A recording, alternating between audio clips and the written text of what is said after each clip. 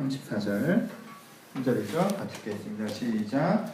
여호와께서 모세에게 이르시되 그를 두려워하지 말라. 내가 그와 그의 백성과 그의 땅을 내 손에 넘겼나니 너는 헤스본에 거주하던 아모리아의 왕 시온에게 행한 것 같이 그들에게도 행할지니라. 아멘. 안녕하세요. 예, 오늘은 민수기 21장 말씀을 가지고 은혜를 나눠보도록 하겠습니다. 민수기가 이번 주 다음 주까지 끝나게 되죠. 그리고 그 다음 달부터는 한 달 동안 신약 설교가 있을 예정인데요. 혹시 코코넛 좀 쉬고 계셨다면 한 번 더 손에 잡으시고 이 귀한 기회에 말씀을 좀 가까이 할 수 있었으면 좋겠다라고 권면의 말씀을 드려봅니다. 예, 시작해 볼까요? 오늘 레시피 하나를 읽어드리면서 시작해 볼까 합니다. 한번 맞춰보십시오. 설탕 시럽 1스푼, 그리고 민트 3줄기, 얼음물 200ml, 탄산수 200ml, 그리고 럼 1스푼. 합치면 뭐가 되죠? 와, 역시 일부랑 분위기가 다르구나. 술 좀 먹지 마. 그쵸? 네, 모히또의 레시피입니다. 럼주 1스푼, 설탕 시럽 1스푼, 탄산수 200ml, 얼음 200ml, 그리고 민트 3줄기를 합치면 모히또가 됩니다. 좋아하십니까? 네, 저는 개인적으로 굉장히 좋아합니다. 그렇죠? 매력 있지 않아요? 그거 하나하나 먹으라고 하면 드시겠습니까? 설탕 시럽 1스푼 드시겠어요? 럼주 그렇게 크게 매력 없고요. 민트 3줄기 씹어 먹지 않습니다. 그렇죠? 탄산수 마시긴 하겠지만, 얼음물 마시긴 하겠지만, 합쳐놓은 것과 같겠습니까? 그렇죠?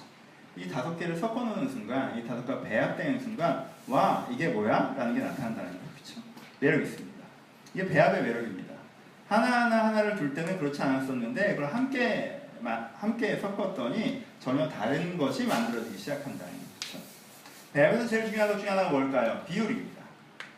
어떤 게 너무 많이 들어가면 안 되죠. 나는 좀 이렇게 쏘는 맛이 좋더라고요. 그래서 럼주를 10스푼을 넣는다고 하면 그냥 럼주를 드시면 되죠. 그렇죠? 모히또가 아닙니다. 그래서 난 달콤한 것이 좋아요. 그래서 설탕 시럽을 여러분들이 10숟가락 넣는다고 생각해 봅시다. 그것도 설탕 맛밖에 나지 않을 것입니다.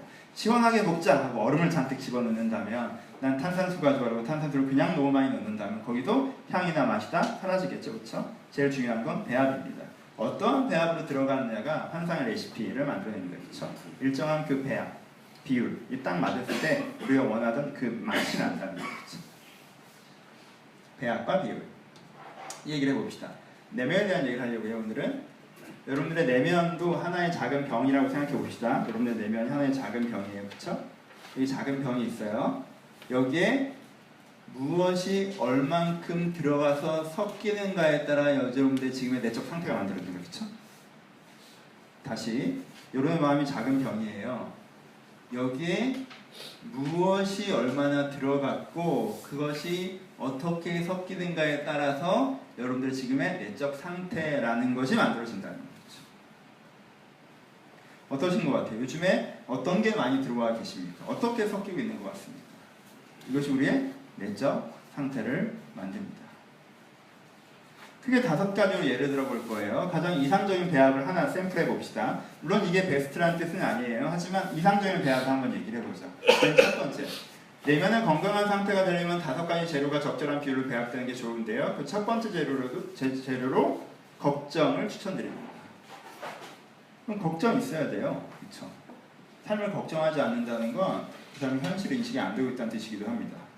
걱정거리가 없는 삶의 지점에는 게 어디 있습니까? 우리가 인생이라는 한 텀을 살아가는데 그 나이에 따라 나이에 맞게 환경에 맞게 어떤 걱정이라는 것이 등장합니다. 그렇죠?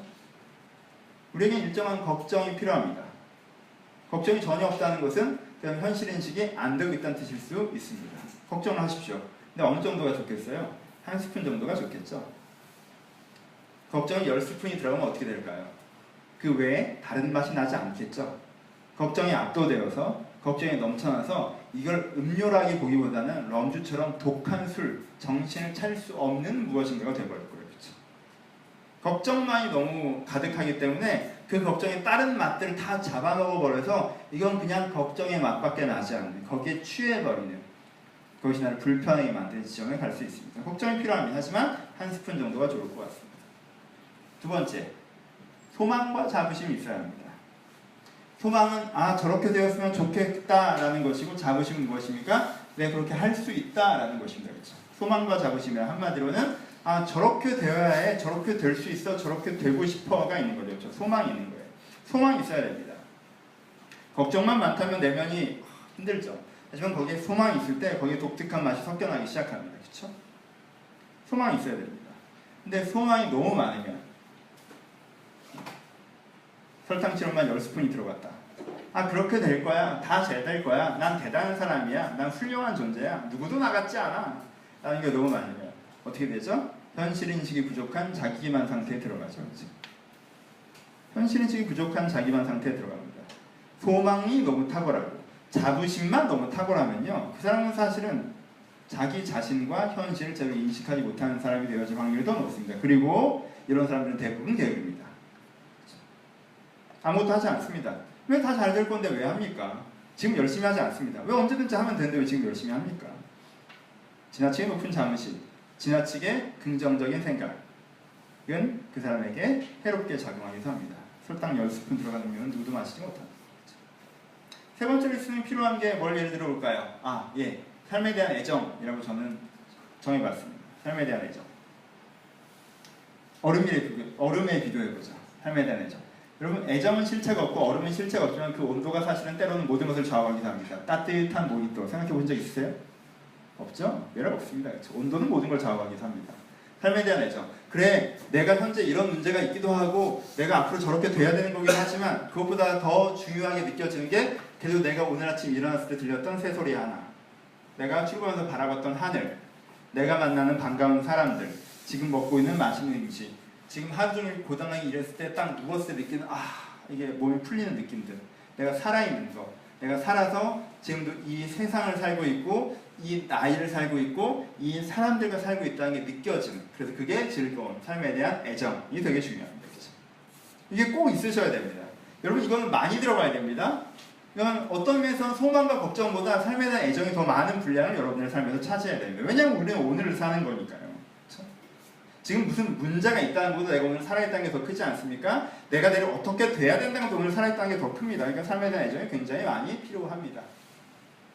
하지만 삶에 대한 애정이 지나치게 넘치면, 얼음물을 너무 막 컬컬컬컬 쏟아부으면 어떻게 되겠습니까? 이 사람은 걱정도 없고 소망도 없이 오늘을 밀리nor만 살게 되겠죠. 그렇죠? 별 생각 없이 오늘이 행복하고 오늘이 즐겁고 오늘이 신나서 그저 방만한 삶을 살게 될 확률이 높아집니다. 그렇죠? 적당히. 네 번째가 탄산수죠. 주체성이라고 표현할 수 있고요. 성실성이라고 표현할 수 있고요. 내가 내 인생을 살아가야 된다. 그래도 내가 해내야 된다. 내 책임이다. 내가 움직여서 결과를 만들어야 된다는 책임감 혹은 주체성이 네 번째입니다. 여러분, 어떻게 될 거야 라고 하지만 그 될 걸 누가 만들어야 됩니까? 내가 만들어야 됩니다. 이런 문제가 있어. 그 문제를 누가 해결해야 됩니까? 내가 해결해야 됩니다. 그렇죠? 결국은 내가 하는 것이다 라고 하는 자기 자신에 대한 정확한 주체성을 갖고 있는 사람이 되게 필요합니다. 이게 없으면요, 소망을 갖고도 움직이지 않습니다. 두려워하면서도 움직이지 않아요. 그렇죠? 걱정하기 때문에 아무것도 안 하고 소망하기 때문에 아무것도 안 하는 사람이 됩니다. 그렇죠? 그러면 베이스가 형성되지 않습니다. 탄산수가 기본입니다. 내가 내 인생을 살아가고 있다는 게 기본이 되는 거예요. 그러니까 내 인생에 대한 주체성, 사명감, 성실성이 필요합니다. 그렇죠? 이게 없다면, 이게 없이 이런 걱정이 있지만 난 이런 소망이 있어, 이런 식의 태도만 유지한다면 그거는 사실 음료라고 하기 어려워요. 너무 진해요. 럼도 설탕물도. 그렇죠? 내가 하라는 행동으로 희석돼야 됩니다. 그렇죠? 그게 굉장히 필요합니다. 이것을 네 번째라고 생각해 봅시다. 하지만 이게 너무 과도하면 어떻게 될까요? 그러면 이 사람은 되게 만약에 삶에 애정도 없이 소망도 없이 두려움도 없이 그냥 자기가 주어진 일을 묵묵히 감당하는 사람이 인생이 되게 건조해지겠죠. 미지근한 탄산수를 마시는 것 같은 인생이 될 거예요. 그렇죠? 건조하게 자기 루틴을 감당하는 사람이 된다는 것입니다. 다섯 번째 제일 중요한 것이 뭐겠습니까? 민트, 세 줄기 들어갑니다. 향이죠? 향은 모든 곳에 배어들고 그 자체를 만들어내기도 합니다. 신앙입니다.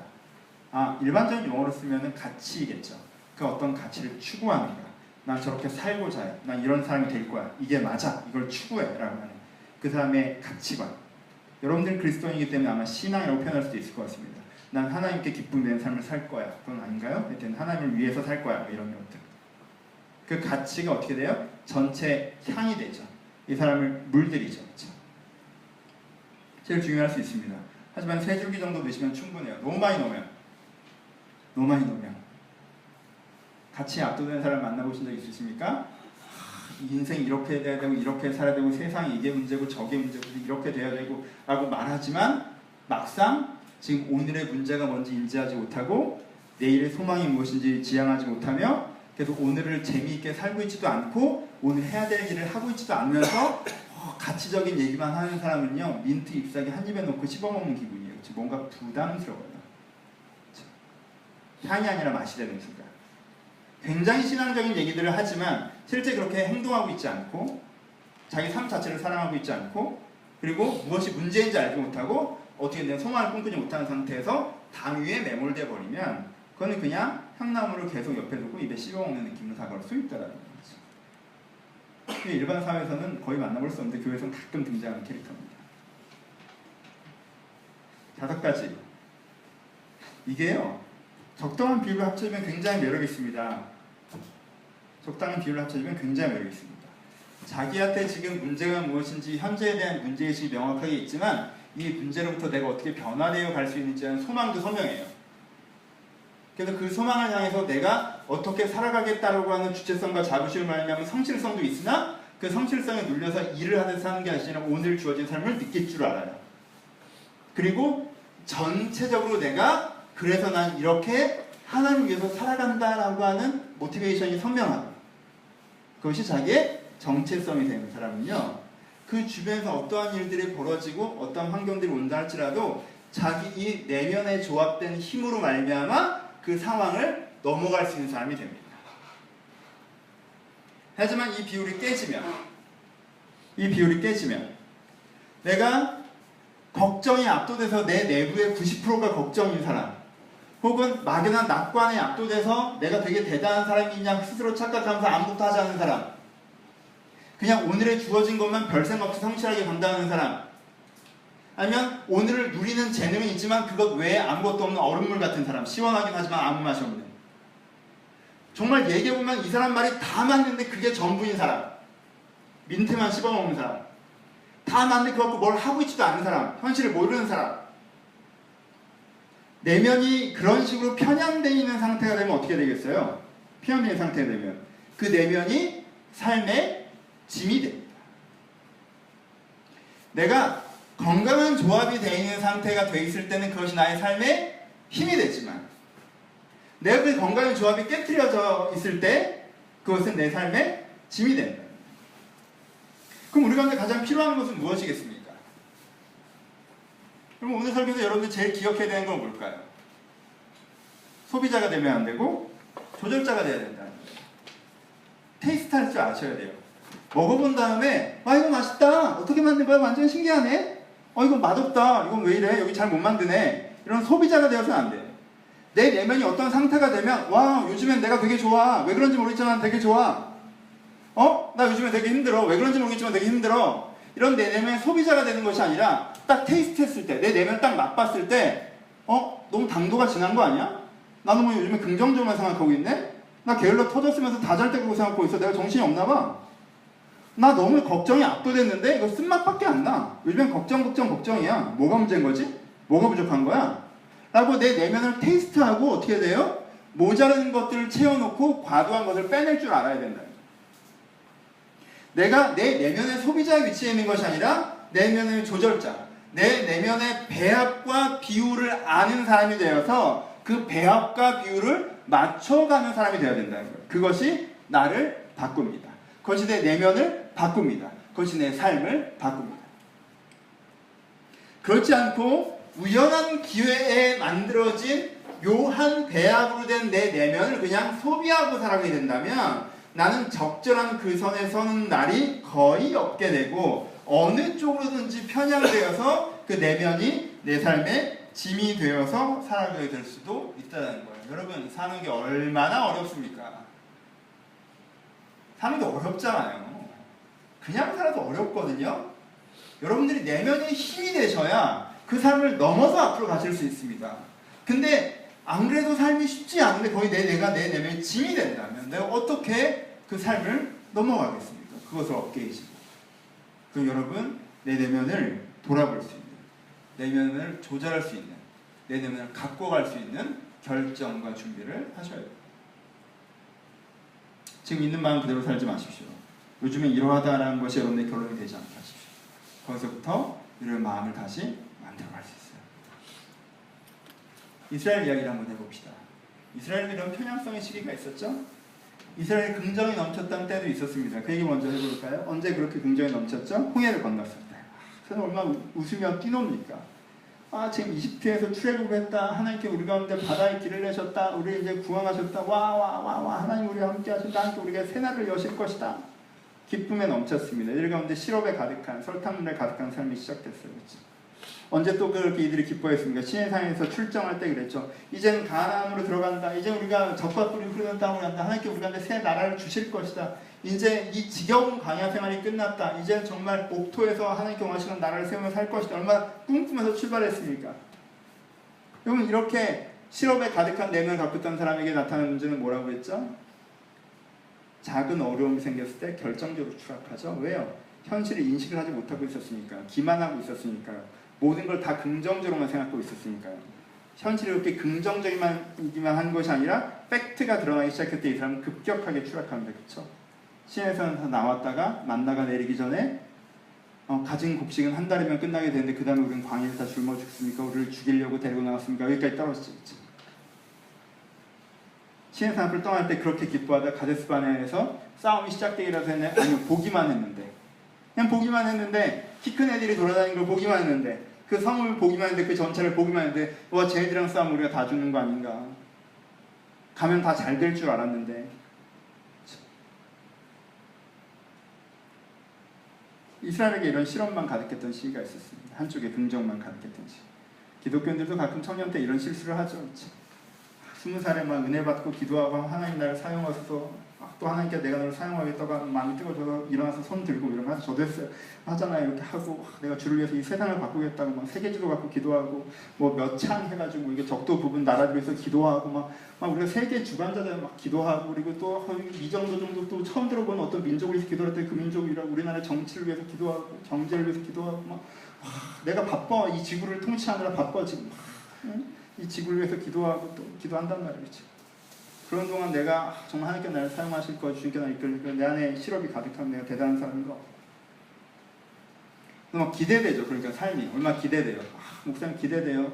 졸업하면 하나님께 나에게 어떤 직장을 예비하고 계실지, 내가 또 어떤 사람을 만나게 하실지, 어떤 가정을 나에게 꾸려가실지, 나를 어떻게 사용할지 너무 기대됩니다. 기대하고 졸업했는데 무슨 일이 벌어져요? 하나님께 예비하셨죠. 깜짝 놀랄 걸 예비하셨죠. 하나님 정령 여기입니까? 날 부르시는 곳이 라는 직장에 들어가고 정령 이 사람입니까? 라는 사람을 예비하시고 그럼 한두 번의 실패를 경험해서 우리는 어떻게 되죠? 급격하게 추락하죠. 하나님은 없나 봐. 하나님은 내 인생 인도하지 않는 것 같아. 하나님 나한테 관심 없는 것 같아. 실업의 비중이 굉장히 많았다가 거기에 막 들떠 있어서 사실 열심히도 안 살다가 다 잘 될 건데 열심히 할 이유가 뭐가 있어요? 문제가 뭔지도 몰랐다가 이스라엘에게 또 어떤 시기가 있었습니까? 럼주만 가득했던 시기가 있었죠. 가데스바네에서 그걸 보고 나서 어떻게 해요? 아직 아무 일도 벌어지지 않았는데 우린 다 죽었다. 우린 다 죽었다. 모세를 빼고 지도자 하나를 세워서 이집트로 돌아가자. 다시 돌아가서 종살이 한다고 하면 받아주지 않겠냐. 인생은 실패이고 우리는 끝났고 우리는 아무것도 할 수 없고 하나님 우리를 버리셨고 우리가 실수했고 엄청나게 밀려오죠. 과거에 대한 후회, 우리가 안 떠났으면 좋았을 뻔했다라는 과거에 대한 후회, 현재에 대한 절망, 어찌할 거라도 방대 통곡해서 오는 이 마음에 뭐만 가득합니까? 슬픔만 가득합니다. 이 마음에 고통만 가득합니다. 이 마음에 현실에서 준 고민만 가득하여서 그것이 마음을 완전히 장악해서 이 사람은 다른 것을 느낄 수가 없는 상태가 되어집니다.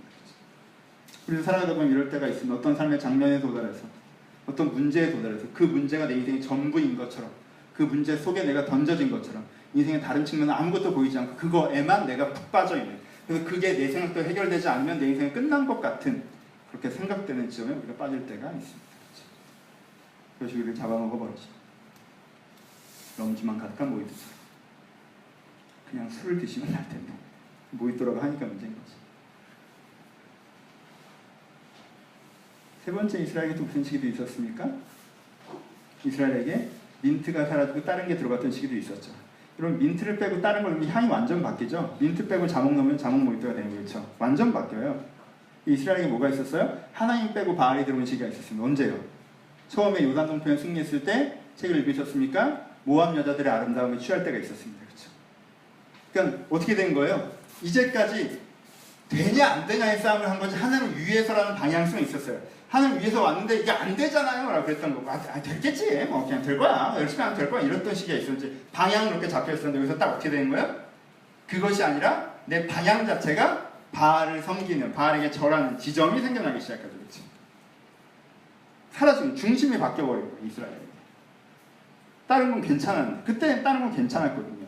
하나님을 통해서 세상을 바꿔나갈 수 있다는 신뢰와 결과들을 만나고 있었는데 중심이 바뀐 거죠. 그렇죠?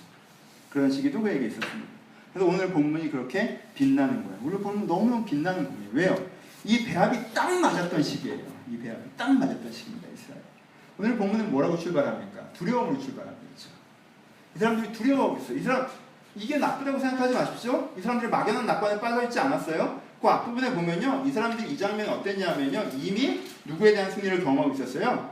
이 장면이 어떤 장면이냐면요. 바산한 옥이 이들 가운데 쳐들어오고 있던 장면이거든요. 근데 이들은 이미 헤스본 시온을 이긴 상황이었어요. 헤스본 시온과의 싸움에서 이겨서 헤스본 땅을 점령했는데 바산한 옥이 이제 군대를 연합해서 쳐들어 내려오고 있는 상황이었어요. 그럼 그때 어떻게 생각할 수 있어요? 헤스본도 이겼으니까 바산도 이기겠지 이렇게 생각할 수 있잖아요. 그렇죠? 시온도 이겼는데 옥을 못 이기겠어 이렇게 생각할 수 있잖아요. 그렇죠? 그렇게 생각하지 않았어요. 이 사람들.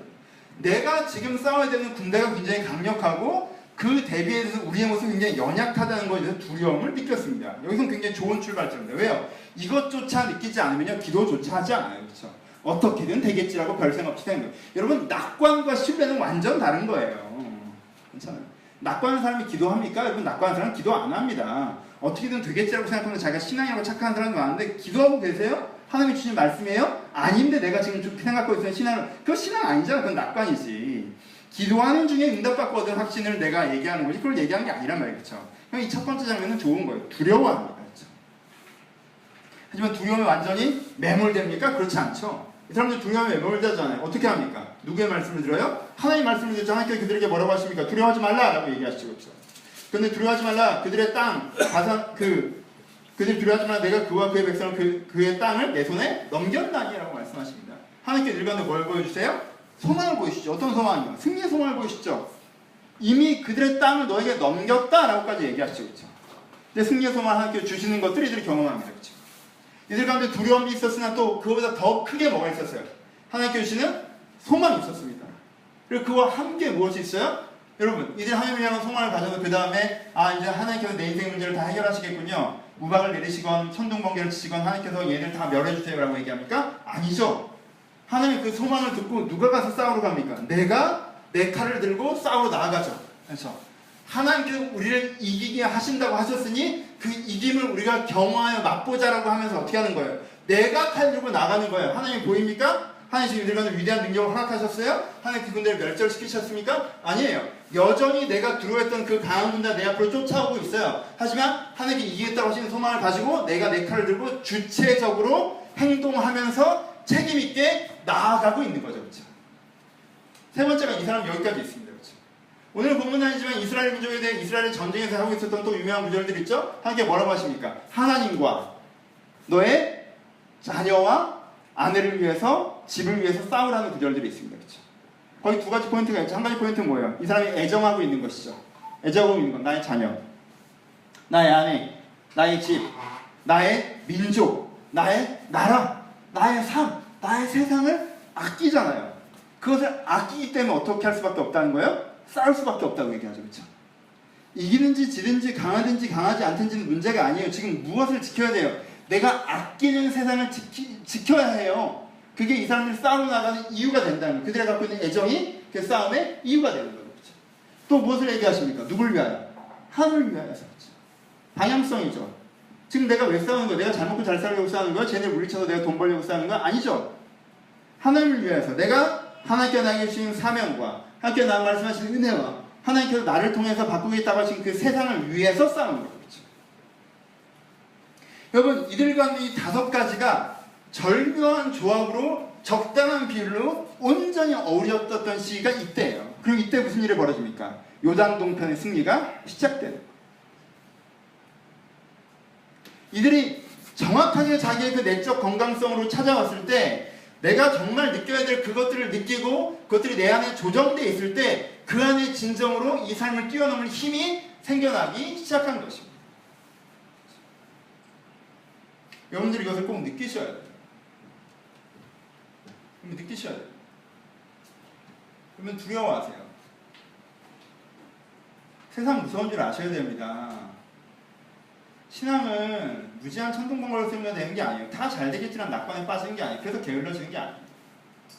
많은 그리스도인들이 신앙이라는 미명하에 낙관을 갖고 게을러집니다. 얼마나 어리석은 생각입니까? 성경에 그런 거 나와 있지 않습니다. 그렇게 되는 것이 아니에요. 난 아무것도 하지 않아도 하나님께서 다 잘 되게 해주셨지. 난 그것을 만나가기만 하면 된다? 여러분 그렇게 되지 않습니다. 이미 경험하셨습니다. 앞으로도 경험하실 것입니다. 그렇게 되지 않아요. 하나님께서 알아서 해결하신 적이 있어요. 있습니다. 성경에 찾아보시면 있죠. 언제예요 주로? 모세오경 앞부분이 그 사복음서 앞부분이 무슨 뜻이에요? 초반부에 믿음 없는 자를 콜링할 때 하나님이 쓰신 것이 기적과 이사였어요. 그렇죠? 가나안 땅 점령으로 들어갈 때 이 사람들한테 기적과 이사가 나타났습니까? 아니면 세상에 종되었던 사람들 출애굽할 때 기적과 이사가 나타났습니까? 세상에 종되었던 자가 출애굽할 때 기적과 이사가 나타났습니다.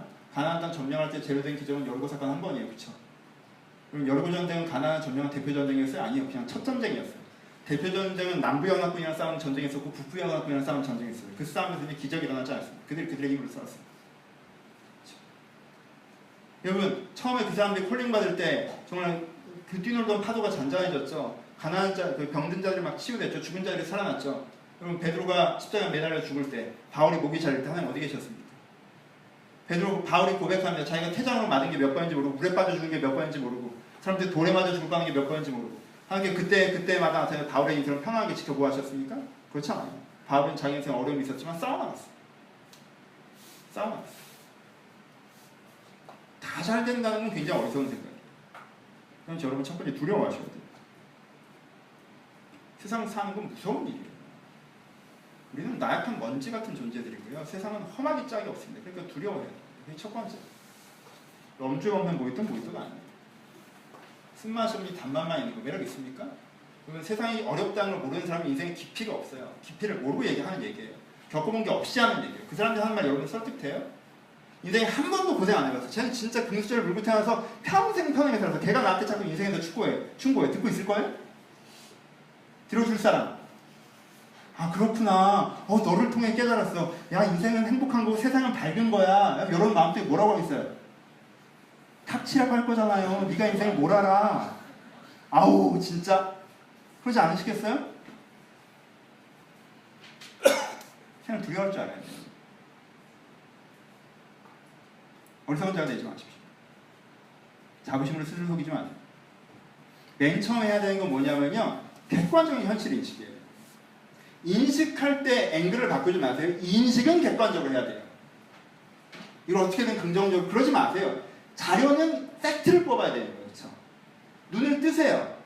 눈을 먼저 감으시면 안 돼요. 눈을 질끈 감고 다 잘 되겠지. 하나님 인도하실 거야. 이러시면 안 됩니다. 많은 사람들이 자꾸 길게 해서 미안하지만 많은 사람들이요. 현실을 얘기하면 믿음 없다고 하려고 해요. 현실을 얘기하면 믿음 없다고 해요. 상황을 얘기하면 믿음 없다고. 하나님께 어떻게든 하실 거라고 해요. 여러분 그 얘기는 거기서 하는 얘기가 아니에요. 현실은 현실대로 엄밀하게 받아들이셔야 돼요. 엄격하게. 팩트는 팩트입니다. 눈을 뜨고 현실을 명확하게 보십시오. 그 다음에 뭐 해야 돼요?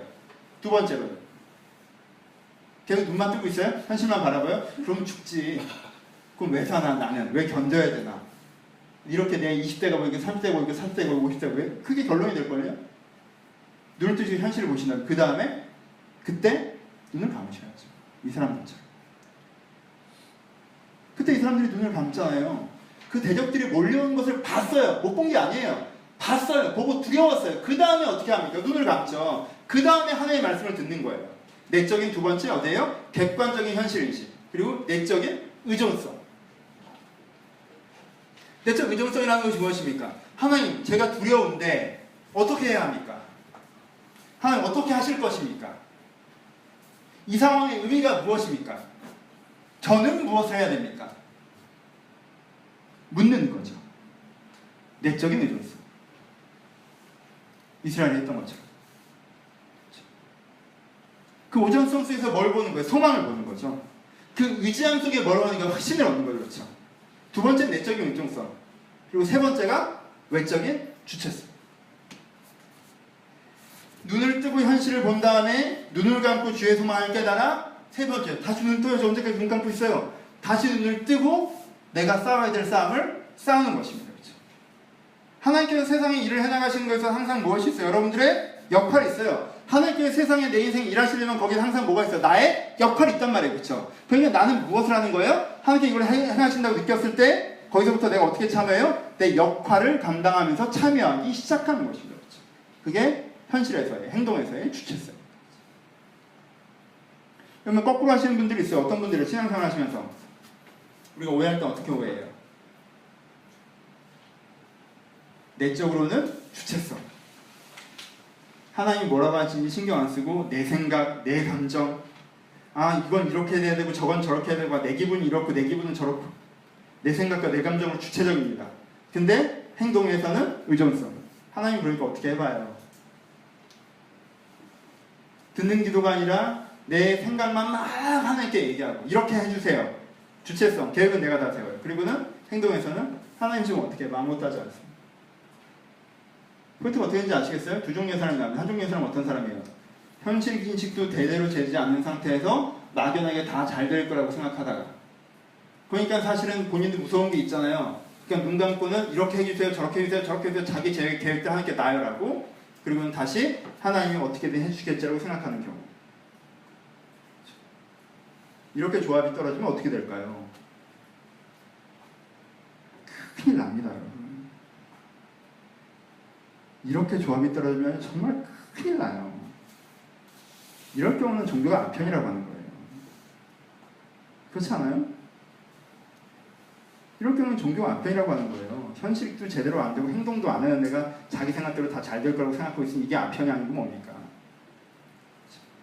그 반대, 두 번째 종류의 사람은 어떤 사람이에요? 현실을 명확하게 인식하고 하지만 그 현실 인식 가운데 그럼 내가 어떻게 생각하고 어떻게 느껴야 되는지 하나님 앞에서 다시 한번 재조명되고 그래서 내가 해야 되는 역할들을 움직여 나가기 시작하는 사람. 오늘 이스라엘 사람들처럼. 그래서 그 싸움을 싸워나가기 시작한 사람들은 뭘 막고 한다고 하셨습니까? 오늘 본문에 요단 동편의 승리를 그가 경험할 거라고 하시는 것이죠. 우리는 어느 쪽에 있습니까?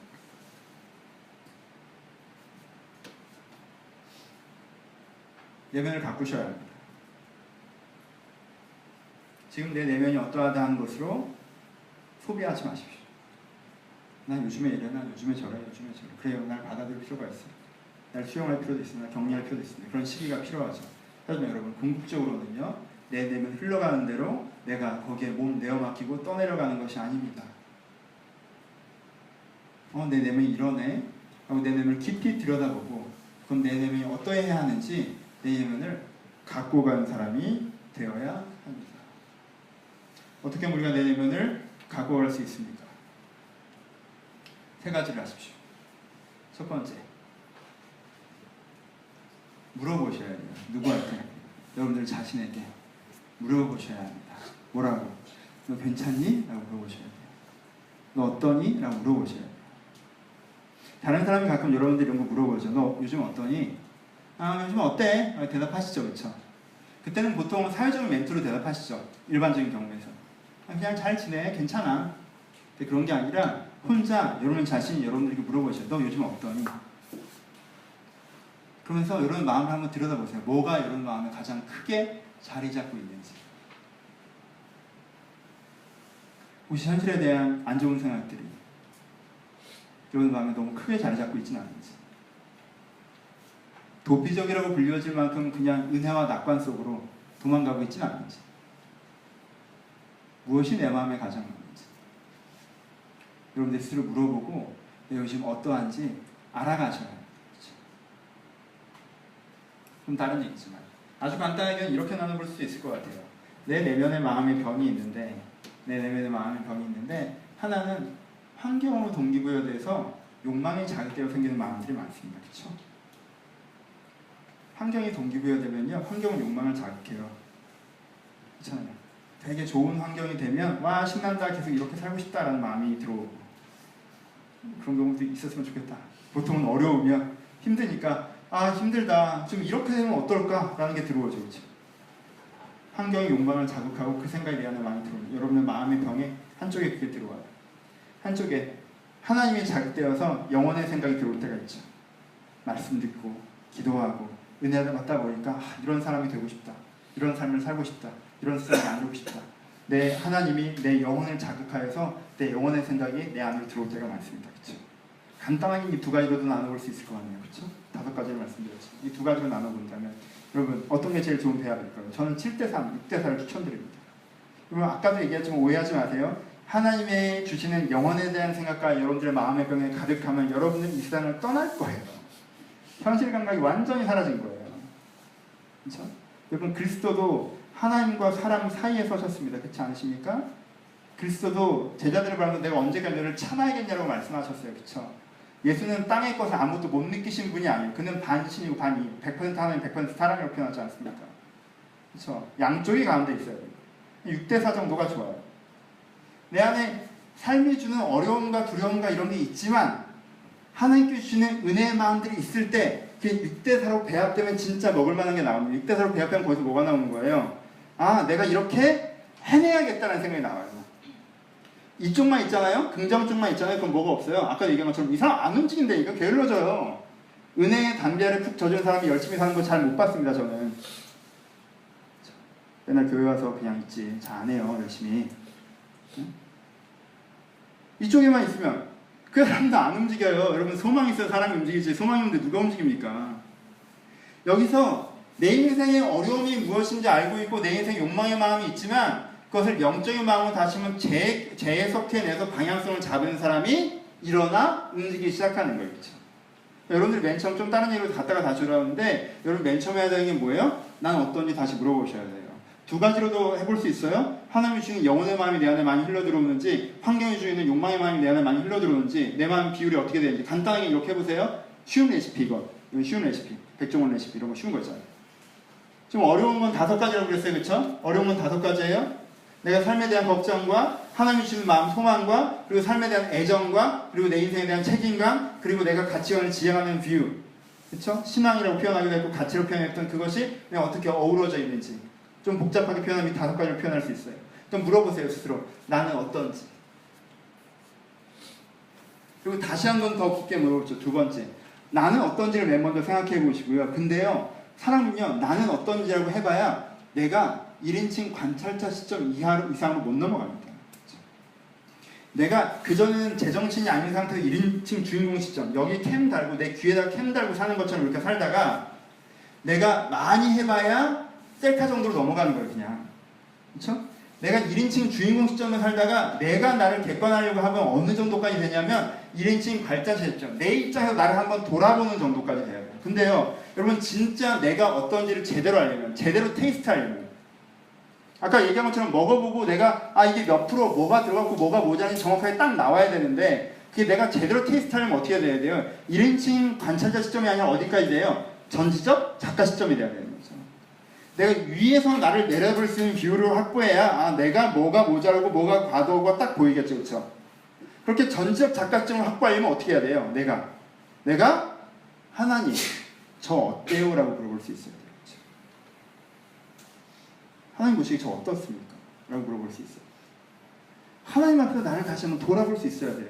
내가 생각하기에 괜찮지 뭐 1인칭 관찰자 시점을 해봐야 내 기준이 이미 굉장히 편향되기 때문에 내가 보면 볼수록 괜찮아 이렇게 된 게 아니라 내가 보면 볼수록 난 한심해 이렇게 된 것이 아니라 내가 하나님의 입장에서 나를 다시 한번 볼 수 있어요. 이거 전지적 작가 시점인데 그거는 내가 엎드려 주 앞에서 주님 내가 어떠합니까? 주 앞에서 지금 물으셔야 돼요. 그럼 3번째. 그럼 뭐가 와요? 내가 나를 돌아보고 내가 하나님 앞에서 나를 돌아본 다음에 그의 은혜를 구할 때 이 사람에게 뭐가 찾아와요? 이게 중심이죠? 각성의 은혜가 찾아옵니다. 각성이라는 게 뭐예요? 깨어남의 은혜가 찾아와요. 내가 일상에 잠들었다가 내 영혼이 일상에 잠들어서 내가 요즘에 어떤지도 모르고 살다가 그래서 내 마음 내키는 대로 내 마음 흘러가는 대로 이리저리 떠밀려서 살다가 내가 어떤지 다시 한번 돌아보는 것들을 통하여서 나를 다시 한번 조절해 갈 수 있고 나를 다시 한번 만들어 갈 수 있는 이 깨어남의 은혜가 나에게 찾아온다는 거죠. 그 깨어남의 은혜가 나를 어떤 사람으로 만듭니까? 이 깨어남의 은혜가 나를 내 자신을 갖고 갈 수 있는 사람으로 만들어냅니다. 말씀을 마칩시다. 요즘 어떠세요? 요즘 어떠신 것 같아요? 다 좋아? 난 너무 잘하고 있는 것 같아? 물어볼게요. 혹시 긍정적인 분이세요? 예, 그러십니까? 그럼 다시 하나님 앞으로 좀 오세요. 다 좋은 거 아닐 수도 있어요. 다 좋은 거 아닐 수도 있으니 하나님 앞으로 오세요. 걱정이 많아요. 내 인생은 진짜 물어볼게요. 혹시 좀 부정적인 편이세요? 부정적인 편이세요? 그럼 다 그렇게 나쁜 건 아닐 거예요. 다 하나님 앞에 좀 오셔야 돼요. 좀 물어보셔요. 우리는 자주 내가 요즘에 어떤지 스스로에게 묻지 않고 달려갑니다. 그렇게 달려가는 동안도 계속 여러분들 내면에 혼합된 그 상태가 여러분들에 계속 어떤 영향을 줘요. 그냥 그렇게 달려가지 말고 한번 물어보세요. 멈춰서 나 요즘 어떤지. 하지만요, 내가 나한테 물어보면요, 내 성향에 따라서 내가 내 마음대로 대답할 때가 있어요. 그러니까 물어보셔야 돼요. 하나님 앞에 엎드려. 거기서부터 내가 나를 바꿔갈 힘이 생깁니다. 오늘의 엔딩은 이것입니다. 마지막으로 여러분들 드리고 싶은 말씀은 주기도문의 한 구절을 기억하셨으면 좋겠습니다. 시험에 들지 말게 하옵시고. 시험이라는 것이 무엇입니까? 내가 내적 균형을 잃어버리는 것입니다. 내가 내 내면을 잃어버리는 거예요. 별로 중요하지 않는 것들에 대한 크게 자리 잡고 중요한 것들에 대한 잊혀지고, 그래서 내 마음이 사단의 놀이터처럼 그냥 중요하지 않은 생각이 내 안에 날뛰어버려서 내가 그 생각 잡으러 다니기도 정신없는, 내가 내 마음을 준마로 훈련시켜서 딱 내 마음 위에 타고 가야 되는데 이 야생마처럼 날뛰는 얘한테 내가 밟혀죽게 생긴 상황이 되는 것이 시험에 든 것입니다. 오늘 어린이 설교는 생각의 눈덩이라는 표현을 썼습니다. 별로 중요하지 않은 생각을 계속하면 그 생각이 커질까요? 작아질까요? 계속 커지죠. 별거 아니었는데 내 인생에 되게 중요한 것처럼 내가 받아들이고 있습니다. 굉장히 중요한 생각이었는데 내가 그 생각을 하지 않는다면, 굴리지 않는다면 어떻게 될까요? 그 생각은 점점 우리 가운데 사라집니다. 그러면 그것이 내 안에 영향을 미칠 수가 없게 됩니다. 여러분의 내면이 혹시 시험에 들어 계시진 않습니까? 중요한 생각은 굴러가지 못하고 있고 중요하지 않은 생각이 굴러다닙니다. 내 마음이 훈련되어 있어 준마로 나를 달리게 하는 힘이 되는 것이 아니라 내 마음속에서 야생마처럼 날뛰기 위해서 내 의지가, 내 가치가 짓밟히고 있지는 않습니다. 그럼 여러분 결정합시다. 주님, 내 이 시험에 들지 않게 하여 주옵소서. 내 마음이 이렇게, 내 내면이 이렇게 사단의 놀이터처럼, 이게 주인 없는 벌판처럼 방치되지 않게 하시고, 내가 시험에 들지 않아 하나님과 내 마음을 갖고 나길 소원하오니 나를 다시 한번 하나님을 향한 온전한 마음을 회복시켜 달라고 기도하셨으면 좋겠습니다. 그럴 때 여러분의 마음이 소생될 것입니다. 깨어날 것입니다. 그 깨어난 마음이 여러분의 삶을 넘어갈 수 있는 힘이 될 것입니다. 혹시 내 내면이 짐처럼 내 어깨를 짓눌러 내가 할 수 있는 것도 못하게 만드셨다면 이 내면의 자유의 은혜, 시험에 들지 않고 시험에서 치유되는, 해방되는 은혜를 통하여서 다시 한번 내면의 힘으로 삶을 넘어가시는 그런 인생을 한 걸음 한 걸음 걸어가시길 주님의 이름으로 축원합니다. 같이 기도하시겠습니다. 15분의 시간을 드립니다. 오늘은 묵상해 보셨으면 좋겠습니다. 오늘 묵상의 시간이 다른 때보다 더 중요하지 않을까 생각합니다. 10분, 15분 정도 시간을 드릴 테니까 차분하게 한번 내 내면을 들여다보십시오. 어떠신지, 요즘 어떠십니까? 어떤 마음이 제일 크십니까? 무슨 생각 제일 많이 하십니까? 그게 맞습니까? 내가 원래 그런 사람입니까? 그게 좋으십니까? 하나님부터 영혼의 동기부여, 환경으로부터 욕심의 동기부여를 말씀드렸습니다. 5가지 기준을 말씀드렸습니다. 그 기준에 한번 비추어 보셔서 내 내면이 균형 잡힌 동기 속에 잘 서 있는지, 혹시 그렇지 않다면 주여 내가 시험에 들지 않게 하여 주옵소서. 여러분이 들여다보시면서 그 말을 다시 한번 갖고 이를 결정하시면서 묵상하며 기도하며 15분 동안 함께 주님 앞에 나아가길 소원합니다. 기도하겠습니다.